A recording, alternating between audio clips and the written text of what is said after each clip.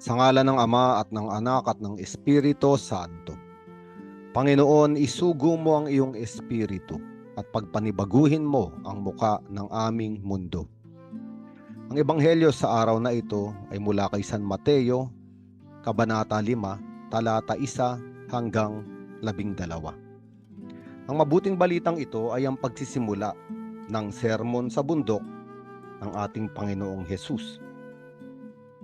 At ito ay nagsimula sa pagpapahayag ng ating Panginoong Jesucristo kung sino ba ang totoong mapapalad. Ito ay tinatawag sa katuruan ng simbahan, Beatitudes, ang pagpapala o ang mga pinagpala ng Diyos. Sinabi ng ating Panginoong Jesucristo, mapapalad ang mga taong walang inaasahan kundi ang Diyos, sapagkat mapapabilang sila sa kaharian ng langit. Ito yung mga taong dukha. Hindi lamang dukha sa material na kakayanan, kundi mga taong dukha sapagkat alam nila na wala silang magagawa kung hindi sila nakakapit sa Diyos. Sila ay umaasa lamang sa Diyos sa lahat ng aspeto ng kanilang buhay. Ang mga taong ito ay pinagpala sapagkat sa araw-araw na nakikita nila ang kanilang kahinaan at karukhaan, sila ay namamag-asa. Sila ay kumakapit sa Diyos. At dahil dito ay napapalalim ang ugnayan nila sa Diyos. Kaya nga sila ay napapabilang sa kaharian ng Diyos, sa kaharian ng langit. Ang ibig sabihin, ang Diyos ay palagiang naghahari sa kanilang buhay, sapagkat Siya lamang ang inaasahan ng mga taong dukha, nakikita ang karukhaan. Sinabi rin ng ating Panginoong Jesucristo, mapapalad ang mga nagdadalamhati sapagkat aaliwin sila ng Diyos. Maraming tao ang humahalakhak, maligaya dahil sa mga makalupa at makamundong kasiyahan.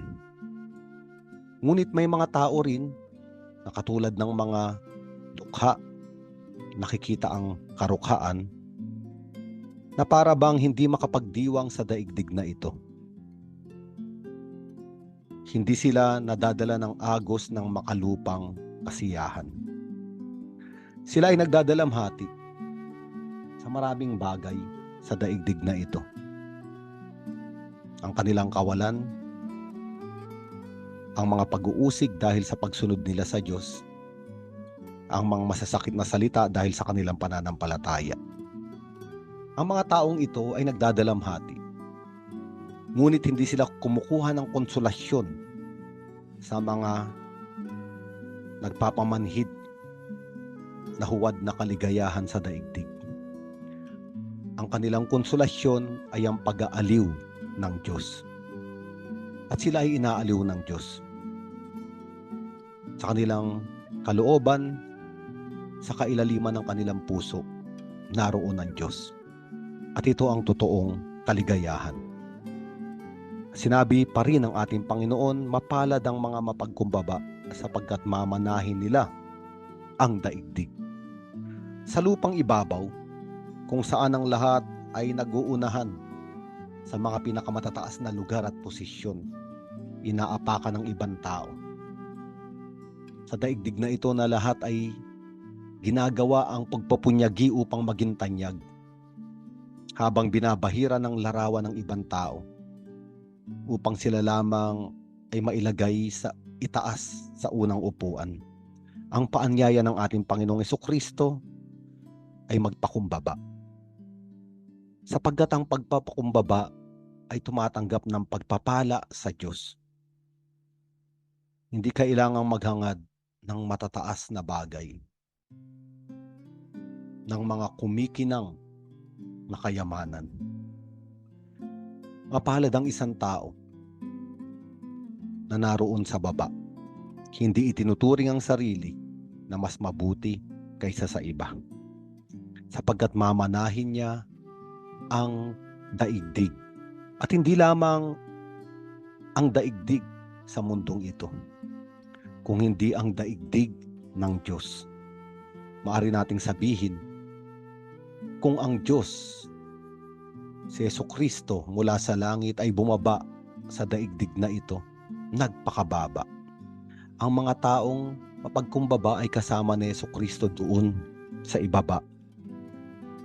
At sila ay pinagpala. Sa mata ng makamundong pananaw, walang kahulugan ng mga taong nasa baba.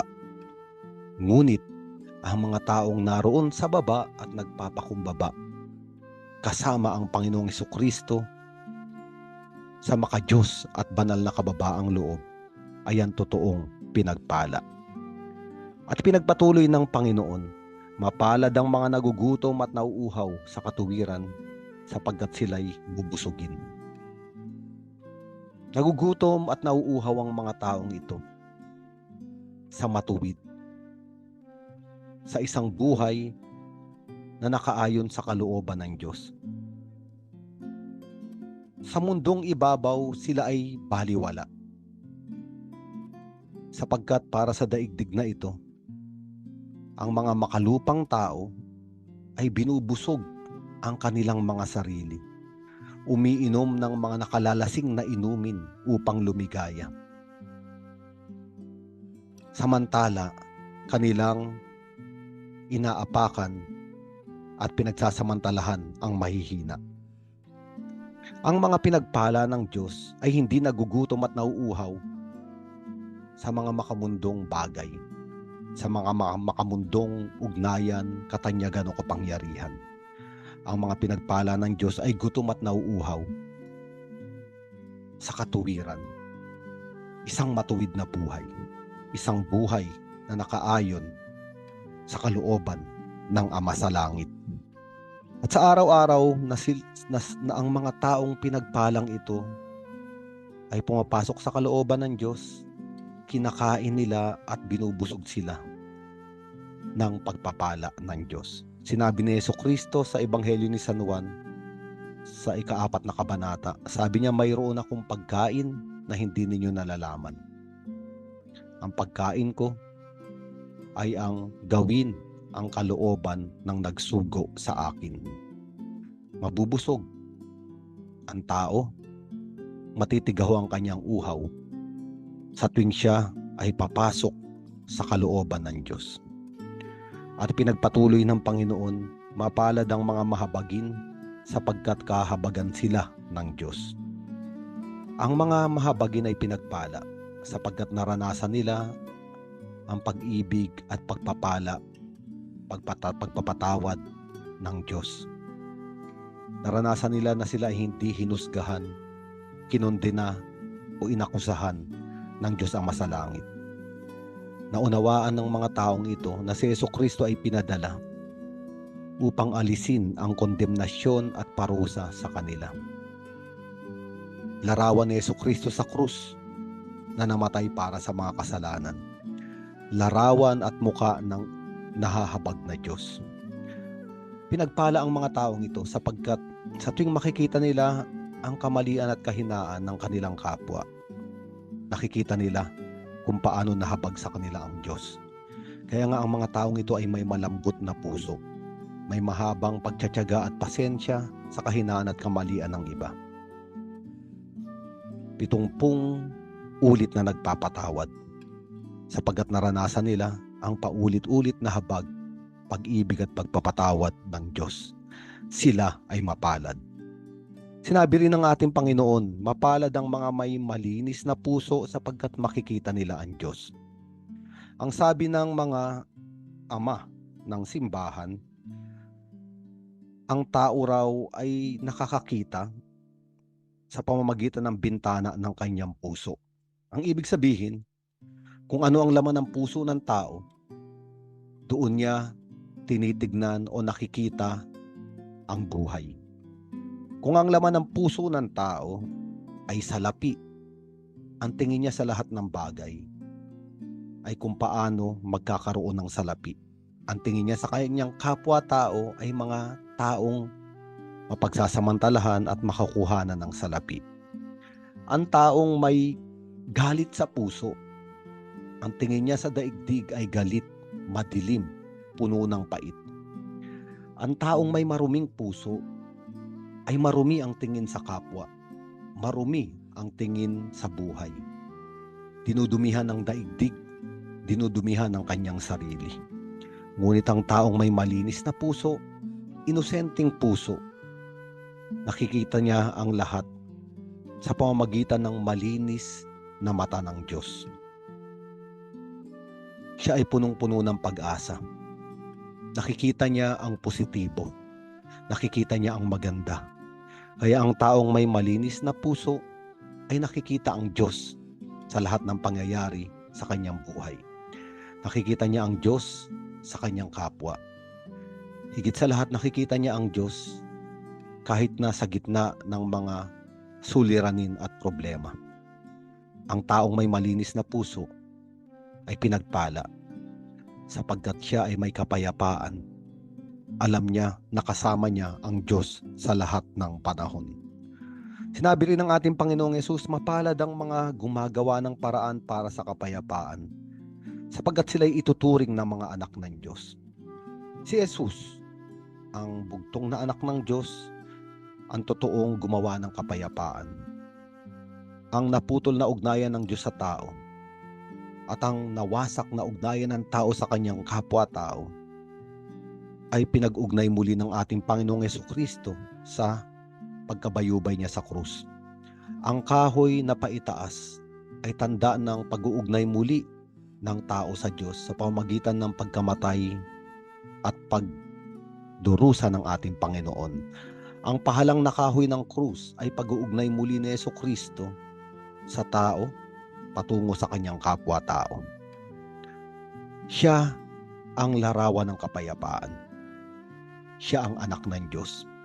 At ang mga taong totoong nakita ang pag-ibig ni Jesucristo sa kanilang buhay, sila ay magiging tulay ng tao para sa kapwa nila tao.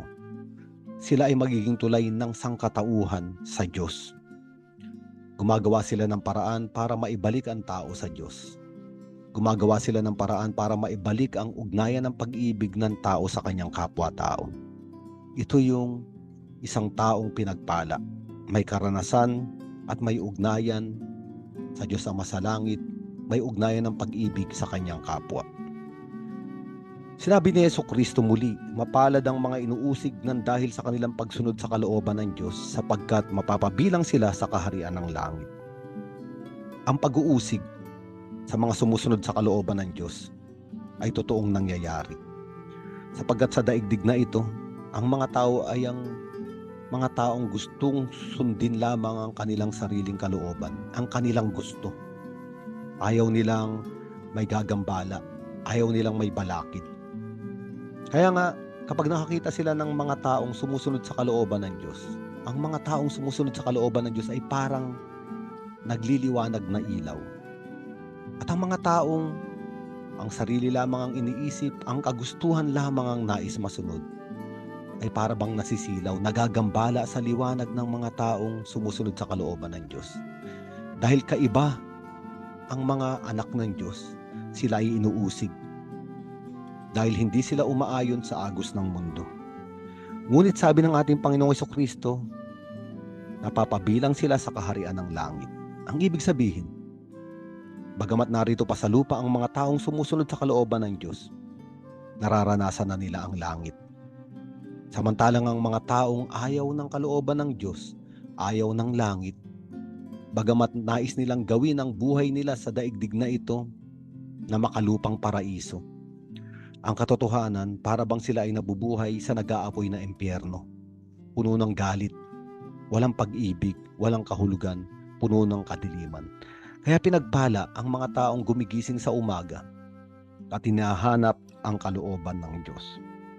Huling-huli ay sinabi ng ating Panginoong Jesucristo, mapalad ang mga nilalait at inuusig ng mga tao at pinaparatangan ng lahat ng uri ng kasamaan, mga pawang kasinungalingan ng dahil sa akin. Magsaya kayo at magalak sapagkat malaki ang inyong gantimpala sa langit. Gayun din ang ginawa ng mga tao sa mga propetang nauna sa inyo. Mapalad ang mga taong sumusunod sa Diyos. Sinusundan ang yapak ng ating Panginoong Hesukristo. Siya ay kamumuhian ng mga makalupang tao, ng mga taong nabubuhay sa laman. Gagawa sila ng kasinungalingan upang sila ay wasakin. Ngunit sa kabila ng mga pasakit, pagdurusa sa daigdig na ito dahil sa pagsunod kay Hesukristo, sabi ni Hesukristo, mayroong kasayahan at mayroong kagalakan.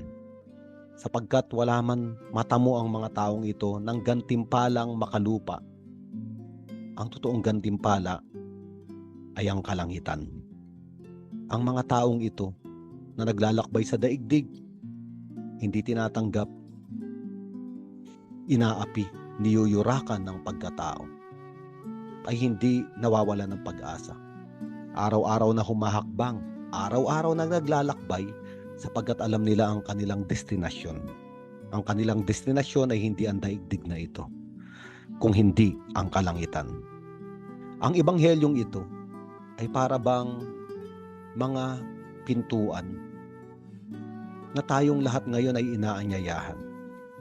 Ating papasukin, ating isasabuhay upang tanggapin ang pagpapala, ang pagpapalang makalangit mula sa ating Diyos. Sa ngalan ng Ama at ng Anak at ng Espiritu Santo.